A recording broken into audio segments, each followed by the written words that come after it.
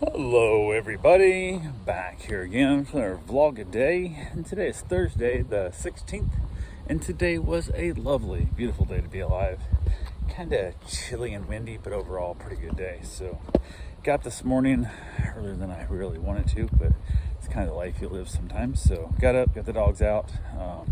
Bruce pooped on the floor again, so I'm trying to restrict his food back to stop feeding him earlier in the day. Apparently it was not enough, so I'm not sure what's up with him. He's almost acting like he doesn't want to be outside either, so it's long enough to go to the bathroom, but it kind of is what it is. He doesn't even know it that he's doing it. So kind of the life I'm living with an old dog that's on his last trips around the sun for sure. I don't see him living another year by any means, but who knows. So we'll see what happens, but just do what we can with him and keep him happy and keep him healthy as I can. But it just gets kind of old, and you're waking up every morning and cleaning up poop, and it doesn't even let you know that it needs to go out.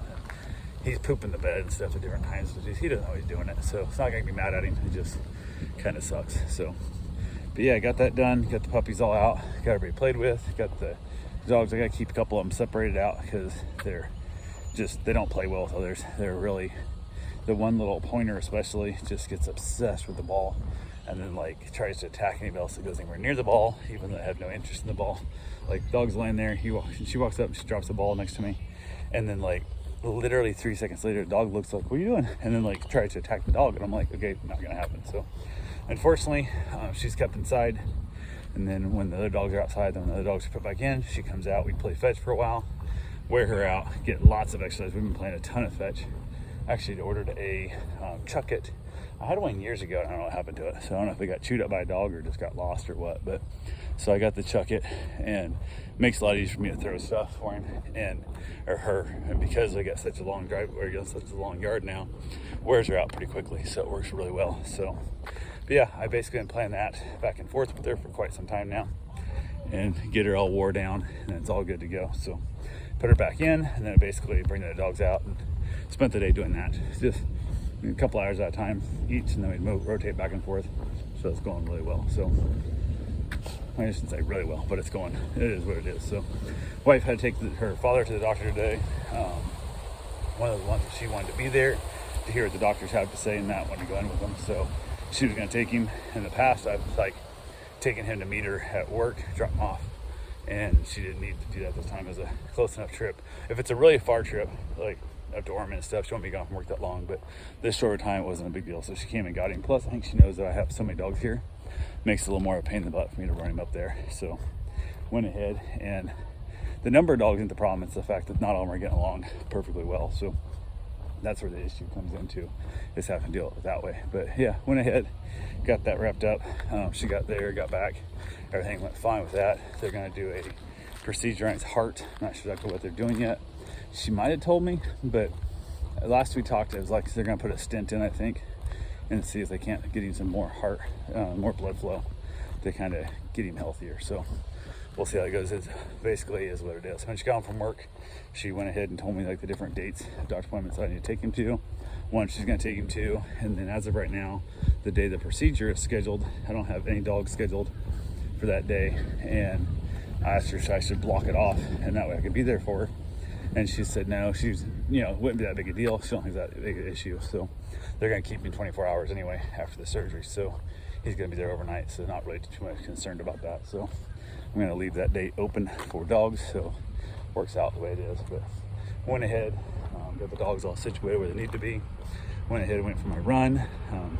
Mom was hanging out with the dogs while I went for my run, which worked out just fine. Everything got along good. Got my miles in.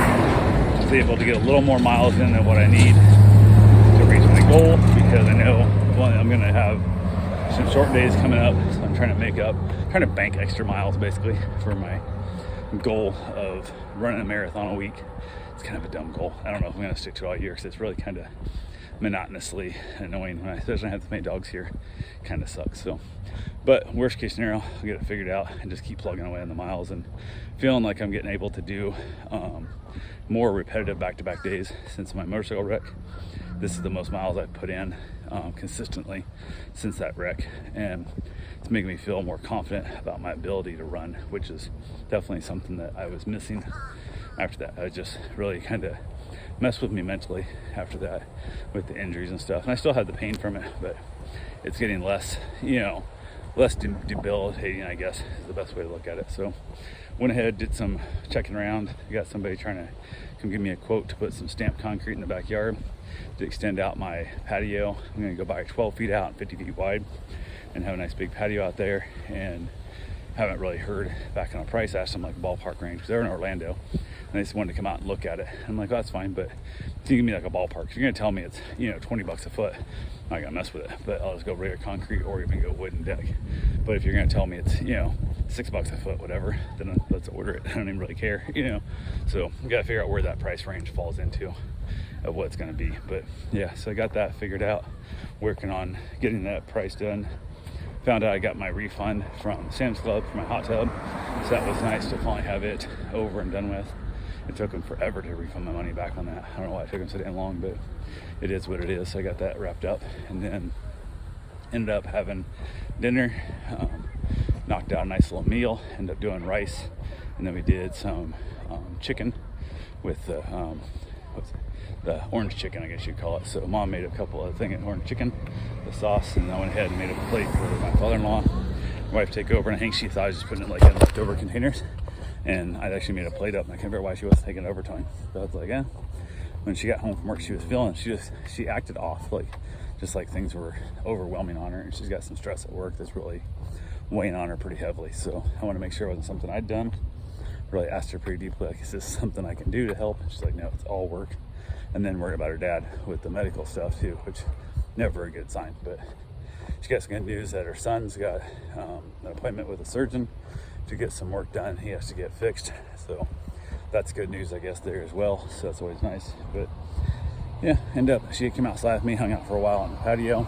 We hung out there a bit, running the 3D printer for a while, made a couple other just worthless things that are fun to make. So I had one of them screw up really bad. I'm not sure what's up with it. It was just acting like really rough, and like it was just, I don't know what was happening with it. It's almost like the items were cooling off too much, almost like the plastic was boiling. And I've heard of that happening if the filament gets like wet, but it doesn't make sense because I only did it on the very far edge of the piece, not the whole thing. So I think the plate itself was cooling off too much, and I got to build a cage around it, like a box. I got to build something around it. That way I can basically try and figure out how to keep the air from affecting my prints. But I gotta figure out how I'm gonna do it. Cause I kind of wouldn't mind adding another printer or two, just to kind of have a little more speed and printing stuff, printing a few things at once. But don't know if I'm gonna justify this enough, because I'm gonna probably run out of things to print here pretty soon. And if I don't learn how to map my own stuff, like in 3D Fusion or 360 Fusion, then I'm just printing junk that I don't need, and it's kind of a waste of money. So, but yeah, got that all figured out. Had myself a nice little cigar, watched a little bit of Netflix out there on the iPad, played with the dogs, kept them rotating back and forth. Went to head to bed.